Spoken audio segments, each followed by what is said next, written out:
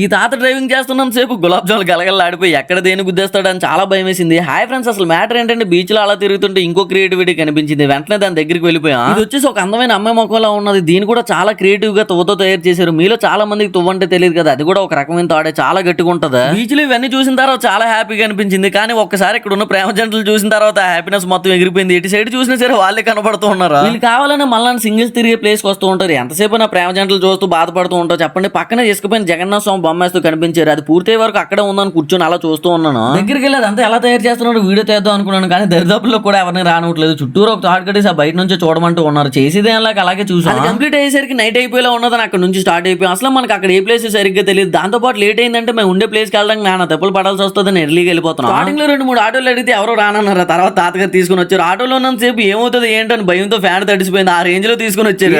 అంత స్పీడ్ గా తీసుకొచ్చామంటే మాట్లాడుకుంటే డాన్స్ చేస్తున్నాడు. ఎలా అయితే మొత్తానికి మేము ఉండే ప్లేస్ కి వచ్చేసాం.